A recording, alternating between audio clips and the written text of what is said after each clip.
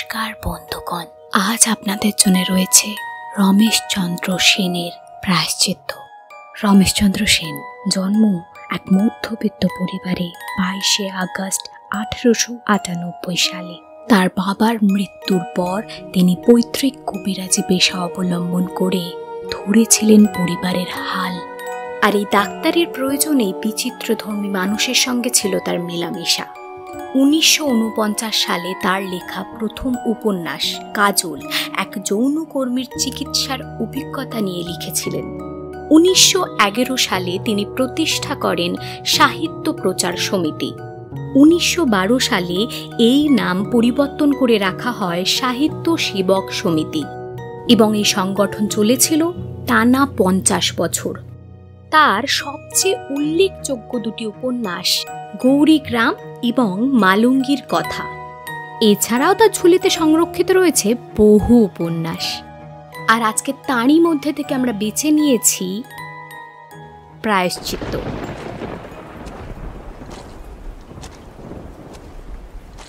অন্ধকার আর পথের কাদা ঠেলে ঠেলে চলেছে দিলীপ শঙ্কর। মাটির মাধ্যাকর্ষণ শক্তি চায় তাকে নিচের দিকে টেনে নিতে, অন্ধকার চায় চাপটে ধরতে।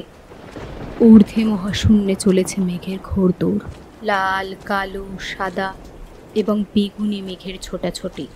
পশ্চিম দিকের লোহার কারখানা মাঝে মাঝে উষ্ণ নিঃশ্বাস ছাড়ছে। মেঘের ওপর অগ্নিগর্ভ, সে বাষ্পের বিচিত্র আভা। আকাশ এক একবার লাল হয়ে উঠছে আর পরক্ষণে ডুবে যাচ্ছে কালো এক মহাসমুদ্রের মধ্যে।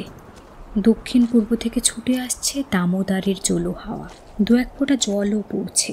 সেই জল দিলীপের তৈলহীন মাথার চুল থেকে চুইয়ে পড়ছে ওর নাক, মুখ আর বুকের ওপর।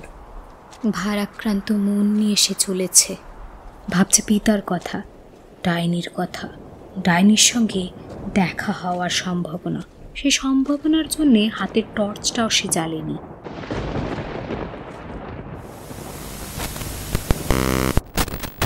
ডাইনি অপবাদে পিটিয়ে খুনের অভিযোগ দম্পতিকে।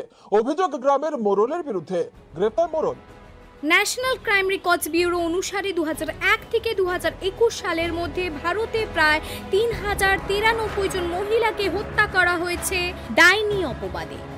আজ এই 21 শতাব্দীতে দাঁড়িয়েও কি আমরা ডাইনি প্রথার হাত থেকে মুক্ত হতে পেরেছি? একেবারেই না।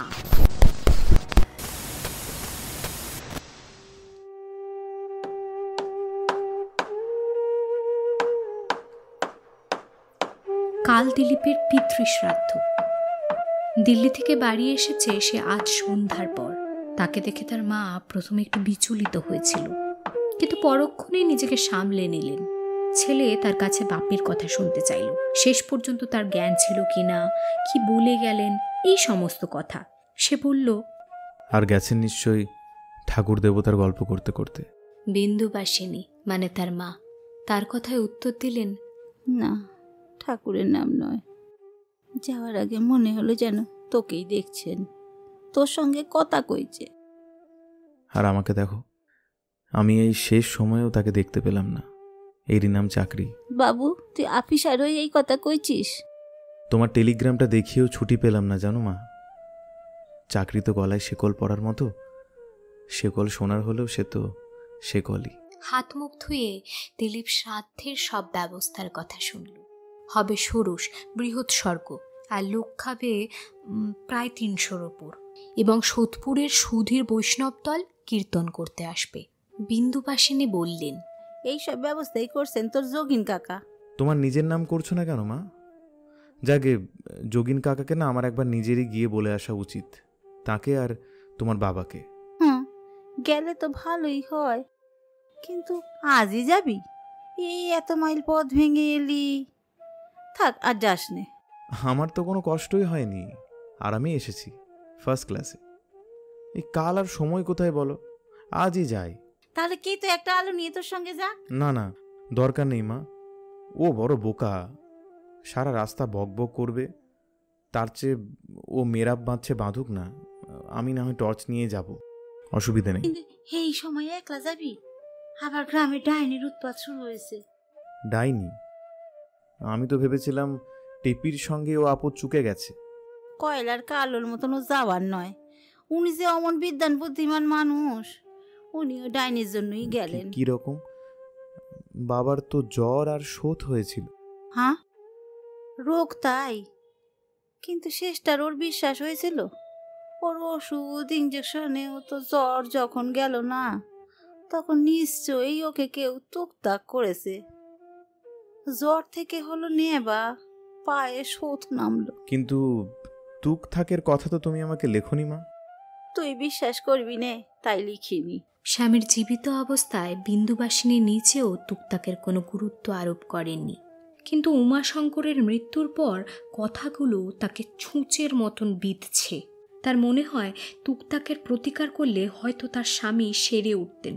এরপর দিলীপ নিজে নিজে একটু ভেবে বলে উঠল, ও তাই স্টেশন থেকে আসার পথে কে তো বলছিল যে বাবার শেষ সময়টাতে বাবা কাউকে দেখলেই কেমন হাত জোর করে বলতেন ক্ষমা করো, মাঝে মাঝে আতকে উঠতেন। দিলীপের চোখের সামনে ভেসে উঠল টেপি, জয়া এবং ছোট টেপি, গ্রামের এই 3 ডাইনি। প্রথম দুটিকে সে দেখেছে তার শৈশবে, তাই তাদের ওই ভাষা ভাষা মনে পড়ে। বড় টেপির চিবুক থেকে ঝুলে পড়া দুগাছি দাড়ি ছাড়া আর কিছুই স্মরণে নেই তার। জয়া স্মৃতির অবশিষ্ট আছে সামনের একটি দাঁত। সে ভোকলা মুখের দাঁতটা যেন পুরনো এক বাড়ির ছাদ থেকে ঝুলে পড়া জীর্ণ এক বগরা। কিন্তু ছোট টেপি আজও তার চোখের ওপর জল জল করছে। সে ছিল মহাকালের সাক্ষী, চৌধুরীদের ক্লাইভের আমলের ভাঙা দালান, কিংবা কালা পাহাড়ের স্মৃতিবিজড়িত বটগাছের চেয়েও পুরনো। দেহে রস টস কিছুই ছিল না, কোটরকত চোখ ঢাকা থাকত সাদা দুখণ্ড আঁশ দিয়ে। কর্কশ কণ্ঠ যেন লোহার ওপর লোহা ঘষছে। মুখ দিয়ে সাপ বেরোলে তো আর রক্ষা ছিল না। মহামারীর সময় লোকে রাত্রে বেরোলেই দেখত ছোট টেপি জটায় জোনাকি বেঁধে ঘুরছে, মুখ দিয়ে ফ্যাঁত ফ্যাঁত আগুন ছাড়ছে। ঝড়ের আগে মনে হতো হাওয়ার আগে আগে মেঘের নিচ দিয়ে ছুটে চলেছে সে, নিজের টানা ঝাপটা দিতে দিতে। রাত্রে শিয়াল শকুন ডাকলে ভয়ত্রস্ত গ্রামবাসী ভাবত টেপির ডাক, গ্রামের মূর্ত অভিশাপ। কিন্তু গ্রামের যতখানি নিজের পক্ষে অভিশাপ, তার চেয়ে অনেক বেশি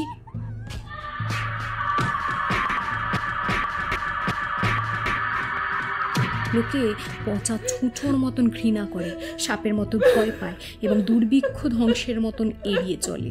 ডাইনি খেতে পায় না, রৌদ্রে পড়ে, বৃষ্টিতে ভেজে, শীতে কাঁপে, কেউ ফিরেও তাকায় না, দেখলে থুক করে থুতু ফেলে। তবে বিপদে পড়লে, গ্রামে মহামারী লাগলে আবার তার কাছেই ছুটে যায়। তাকে তোয়াজ করে হাঁস, মুরগি, কাছিম, শুয়োর ভেত দিয়ে রোগীর রোগ মুক্তির জন্য ধর্ণা দেয়। আবার সেই রোগী মরে গেলে তাকেই গাল দেয়, মারে। ডাইনি যখন খেতে পায়, আকাশে তখন শকুন ওড়ে। লোকের সুদিনে ক্ষুধার রাক্ষস তার পেটের ভেতরটা যেন উড়ে খায়। এসব আজ 20 বছর আগের কথা। গ্রামে তারপর আর ডাইনি ছিল না। দিলীপ ভেবেছিল শিক্ষার সঙ্গে সঙ্গে বুঝি আপদ বিদায় নিয়েছে, কিন্তু আজ শুনল তার বাবা মারা গেছেন ডাইনির দুঃস্বপ্ন দেখতে দেখতে। সে বিস্মিত হয়ে গেল। প্রথমে সে গেল যোগিন কাকার বাড়ি। তিনি নিকট জ্ঞাতি, পিতৃবন্ধু। শ্রাদ্ধের সকল ব্যবস্থাই হয়েছে তার তত্ত্বাবধানে। তার সঙ্গে শ্রাদ্ধের নিয়ম পদ্ধতি, ব্রাহ্মণ ভোজনের দক্ষিণা, নিয়ম ভঙ্গনের দিনের কর্তব্য আলোচনা হলো নানা বিষয়। তিনি বললেন, না না, এসব সমস্ত ব্যবস্থাই তোমার মা করেছেন। ওই সরজদান করতেন তিনি, তাও কাজ শেষ হতে হতে বেলা পড়ে যাবে। হ্যাঁ শুনেছি, বিশদ স্বর্গে খুব সময় লাগে। আচ্ছা আচ্ছা, আমি যদি ভোরবেলা থেকেই বসে যাই? না না, আদ্যসাধ্য ভোরবেলা করতে নেই, ওটা দুপুরবেলাতেই করতে হয়, তারপরেই হলো বিশদ স্বর্গ। যোগিন সন্ধ্যার কিছু আগে দিলীপের বাড়ির থেকে এসেছেন। কাজ তারপর কতটা এগুলো, উঠোনে মেয়েরা বাঁধা হয়েছে কিনা, ভিয়ানের ঠাকুর এখন কি করছে, এই সমস্ত কিছু জিজ্ঞাসা করলেন। তারপর যথাযথ উত্তর দিয়ে দিলীপ প্রশ্ন করল, হ্যাঁ, শুনছিলাম যে বাবা নাকি ভয় পেয়েছিলেন। হ্যাঁ, প্রথম দিকে সেটা বুঝতে পারিনি, তো শেষের দিকে সেটাই মনে হচ্ছিল। না মানে কি বলছেন? মানে ওই রক্তহীন অবস্থায় দুর্বল মস্তিষ্কে এরকমই হয়। তা হ্যাঁ বাবা, ওই তোমার কাছে লোহা আছে তো? হ্যাঁ হ্যাঁ, মা কাপড়ের খুঁটে একটা চাবি বেঁধে দিয়েছেন। মহাগুরু নিপাতের এই বছরটা একটু সতর্কে থাকতে হবে। এ তো একটা দুর্বৎসর, তাই জানতাম। তবে আমার কিন্তু এই খবরের পরের দিনই এলো পদোন্নতির খবর। মনে হলো বাবার আত্মা ওপরে গিয়ে আমার মঙ্গল কামনা আরম্ভ করেছে। ওরকম হয় কারো কারো বেলায়। হ্যাঁ, পিতৃপুরুষ যদি পুণাত্মা হন। তা হ্যাঁ বাবা, তোমার ওই ছুটি কতদিনের? মাত্র 7 দিন। নিয়ম ভঙ্গের পর দিনই আমাকে আবার রওনা দিতে হবে। দিলীপের কথা শেষ হতে না হতেই যোগিন বলে উঠল, উমাশঙ্কর সম্প্রতি কিছু জমি আর পোস্টাল সার্টিফিকেট কিনেছিল, ওগুলো সব আমার কাছেই রাখা আছে। পরশুদিন তুমি যাওয়ার সময় না ওগুলো আমার কাছ থেকে বুঝে নিও, কেমন? তার জন্য এত ব্যস্ততার কি আছে কাকাবাবু? দিলীপ বিদায় নেওয়ার সঙ্গে সঙ্গেই যোগিন বলে উঠলেন, মা তারা। যেন পথে বন্ধুপুত্রের মঙ্গলের ভার মা তারার ওপরেই অর্পণ করলেন। দিলীপ মামা বাড়ি চলেছে। পথের দুধারের বাড়িগুলো সব অন্ধকার, গৃহস্থ ঘুমাচ্ছে। সে ভাবছিল পিতার শেষ দিনগুলোর কথা। মরার আগে তিনি ভয় পেতেন, আতকে উঠতেন। সে সামনে থাকলে হয়তো কিছুটা সান্ত্বনা দিতে পারত, আশ্বাস দিত। কথাটা যত ভাবে মন ততই খারাপ হয়ে যায়। যোগিনবাবুদের পাড়ার পরেই রাস্তার দুধারে খানিকটা জঙ্গল। জঙ্গলের শেষ প্রান্তে ফাঁকা জায়গায় মস্ত একটা বাঁজা গাছ। পাতা নেই, ফুল ফল কিচ্ছু নেই। বিকলাঙ্গ কুষ্টির মতন দাঁড়িয়ে আছে আজ অর্ধ শতাব্দীর ওপর। এই গাছের কোটরে ছোট টেপি থাকত। লোকে বলতো ডাইনির নিঃশ্বাসে গাছটা বাঁজা হয়ে গেছে, কিন্তু বন্ধা সেটা ছিল না। 2-3 বছর অন্তর অন্তর শুকনো ডালে হয়তো দেখা যেত দুটো পাতা, কখনো বা একটা কুঁড়ি। লোকে মন্তব্য করত ছোট টেপির রজস্বলা হয়েছে। কারখানার গলিত উষ্ণ লৌহমলের আভায় দিলীপের চোখের ওপর সেই ন্যাড়া গাছটা যেন জল করতে লাগলো। ঠিক সেই সময় তার সামনে এসে দাঁড়ালো এক নারী মূর্তি, ঘোর কৃষ্ণবর্ণ, কালো রঙের ওপর মাটির বলি পড়েছে। মাথায় মেঘের জটা, কোমরে নেতা জড়ানো, তাছাড়া সারা দেহে আর কোনো আবরণ নেই, যেন দুঃসাহসতার প্রতিমূর্তি। কিন্তু তার মধ্যেই উন্নত বক্ষ যৌবনের জয় ঘোষণা করছে। চোখের পলকের মধ্যেই চারিদিকটা আবার অন্ধকার হয়ে গেল। দিলীপ বলে উঠল, কে কে তুই? আমায় চিনতে পারছো না দাদা বাবু? দিলীপ হাতের টর্চটা জেলে তার দিকে চেয়ে বলল, তুই তুই ডরি না? আমায় চিনতে পারলে?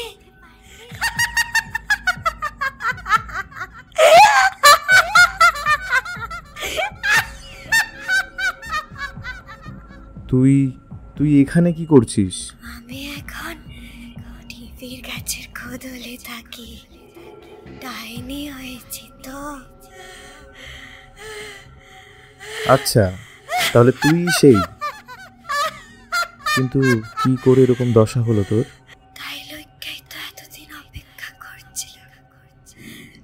তুমি চিরাতে আসবে, তখন তোমাকে সব বলবো। দেখো দাদা বাবু, মাইনসে তোমাদের টুরির কি অবস্থা করেছে। মানুষ কেন করলো এমন? পুরুষ মানুষ মেয়ে ছেলের সর্বনাশ কেন করে তা জানো না বাবু? ডোরি ছিল দিলীপের বাড়ির ঝি। নিচু বর্ণের বলে তার ঘরে ঢোকার হুকুম ছিল না, সে করত বাইরের কাজ। ধান বানাতো, উঠোন ঝাড় দিত, আস্তা কুরসাপ করত। বর্ষার উচ্ছল পদ্মার মতন ছিল তার দুর্দাম যৌবন, কালো কিন্তু ভেতর থেকে জ্যোতি যেন ছলকে পড়ত। তার এই দশা? দিলীপ প্রশ্ন করল। কে কে এইরকম দশা করলো তোর? দিলীপের কানের কাছে মুখ এনে তোরি ফিস ফিস করে কিছু যেন একটা বলল, সঙ্গে সঙ্গে সে গর্জন করে উঠল। মিথ্যে মিথ্যে কথা বলছিস তুই, এই কথা পুরোপুরি মিথ্যে। মিছে বলছি না, আমি মিছে বলছি না। মা কালে দিব্যি, তোমার দিব্যি। ও তোমাদের কি তোকে জিজ্ঞেস করো, কি তো সব জানে, কি তো জানে কি হয়েছিল আমার সাথে। মিথ্যে কথা বলছিস তুই, পাজি শয়তান। দাদা বাবু, হাত ছাড়ো আমার, হাত ছাড়ো। ডাইনিরও লাগে দাদা বাবু, ডাইনিরও লাগে। দিলীপের খেয়াল ছিল না যে সে ডোরির হাত ধরেছে। বিছার মতন হাতখানাকে সে ঝেড়ে ফেলে দিল। ডোরি ছুটতে পালিয়ে গেল। মনে হলো কালো এক বিজুলির রেখা মিলিয়ে গেল আকাশের পাণ্ডুরতার মধ্যে। দিলীপ ছোটবেলায় ডাইনি দেখেছে, তাদের দুর্দশা দেখে দুঃখ পেয়েছে। কতবার মা বাবার কাছ থেকে চেয়ে নিয়ে ছোট টিপিকে ভাত দিয়েছে, পয়সা দিয়েছে। মানুষ কি করে ডাইনি হয় এ জানার কৌতূহল ছিল তার বরাবর। আজ সে কৌতূহল মিটল, শুনল ডাইনি সৃষ্টির কলঙ্কময় ইতিহাস, মানুষের কাম, দেশ ও হিংসার কাহিনী। ডোরি কানে যেন গলিত গরম লোহা ঢেলে দিল। দিলীপ দাঁড়িয়ে থাকে। আকাশ একবার উজ্জ্বল হয়ে ওঠে, আবার অন্ধকারে ডুবে যায়। বাতাস বয় করে, ফোঁটা ফোঁটা জল পড়ে। দিলীপ দাঁড়িয়ে থাকে।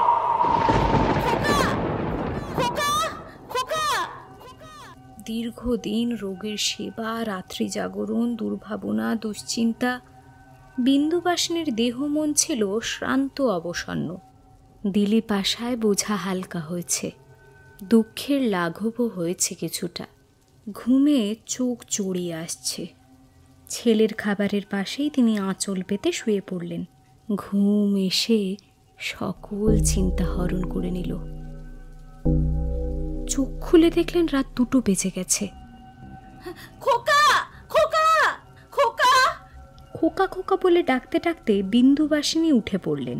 ছেলের ঘরের দিকে যাচ্ছেন এমন সময় কেতো বলল, দাদা এসেছেন, ঘুমিয়ে আছে। আমায় ডাকিসনি কেন? আমায় আনা করলেন, বললেন অসুখ করেছে, মেয়ে আসবে একেবারে দিকে। সেই যে খায়নি কিছু। বলতে বলতে বিন্দুবাসিনী দিলীপের ঘরে গিয়ে দেখলেন সে মেঝের ওপর পড়ে আছে, চোখ বোঝা। হাত দিয়ে দেখলেন গা পুড়ে যাচ্ছে। ছেলেকে ডাকলেন না তিনি, তার পাশে চুপ করে বসে রইলেন। ছেলে জেগেই ছিল, মায়ের গলা শুনে চোখ বুঝেছে। মাথায় অসহ্য যন্ত্রণা, চোখ জ্বলছে, দেহ মন ভরে গেছে এক দুঃসাহ গ্লানিতে। কিন্তু মাকে সে কিছুতেই জানতে দিল না। তার মনে পড়ছিল নিমি ঠান্দির কাছে শোনা এক কাহিনী, কি করে মেয়েরা ডাইনি হয়, মানুষ তাদের ডাইনি বানায় কিসের জন্যে। কাহিনীটা বড় টেপের কি জয়ার মনে নেই, খুব সম্ভবত জয়ার। আদিবাসী অধ্যুষিত এই অঞ্চলে পুরনো সেই অভিশাপ 20 শতাব্দীর মধ্যভাগেও লোপ পেল না। আর সেই অভিশাপ এসে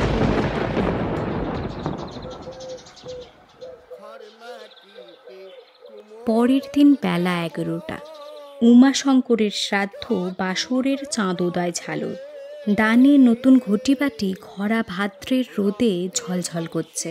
খাট পালঙ্ক থেকে আসছে নতুন বার্নিশের গন্ধ।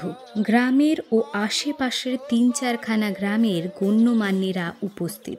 তাদের অভ্যর্থনা করেছেন যোগিন। হাতে হাতে হুক্কা ঘুরছে।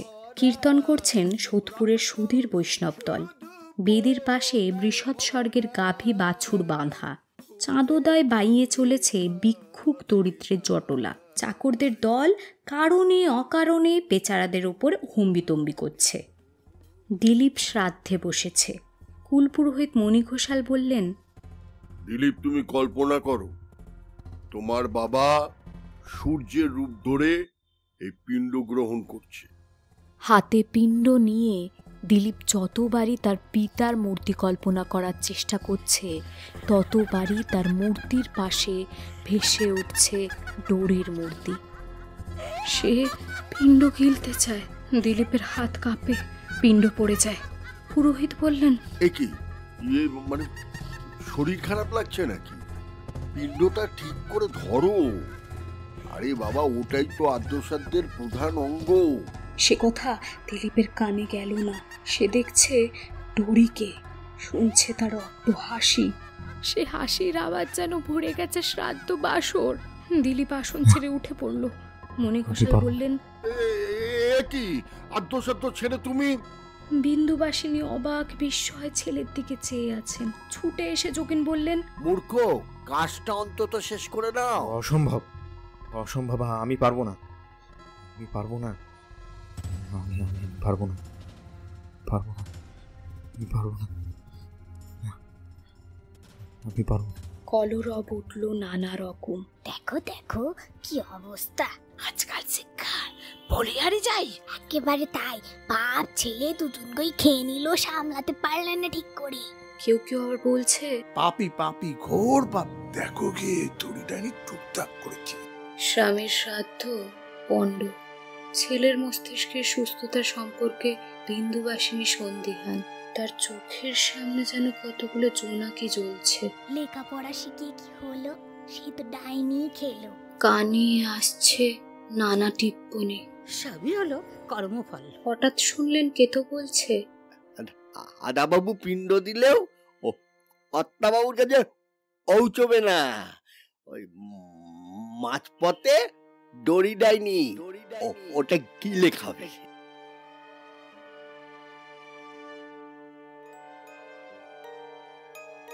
এতক্ষণ আপনারা শুনছিলেন রমেশচন্দ্র সেনের লেখা প্রায়শ্চিত্ত। গল্প পাঠে এবং সাউন্ড, ভিডিও আর পোস্টার এডিটিংয়ে মোহিনী সরকার। দিলীপের চরিত্রে ফিরোজ শাহ, বিন্দুবাসিনী অর্থাৎ মায়ের চরিত্রে দীপা গুহ, যোগিন কাকা, কেতো এবং পুরোহিতের চরিত্রে প্রলয় গোস্বামী, ডোরির চরিত্রে রবিনা চক্রবর্তী। কীর্তনিয়া গান গেয়েছেন প্রলয় গোস্বামী এবং পাড়া প্রতিবেশীর চরিত্র করেছেন মিতা এবং গোপাল সরকার। আমরা আবার ফিরে আসব নতুন কোনো গল্প নিয়ে খুব শীঘ্রই। ততক্ষণ আমাদের পাশে থাকুন, আমাদের সাথে থাকুন, লাইক, কমেন্ট এবং সাবস্ক্রাইব করুন। আর ভালো লাগলে অতি অবশ্যই শেয়ার করুন। টাটা।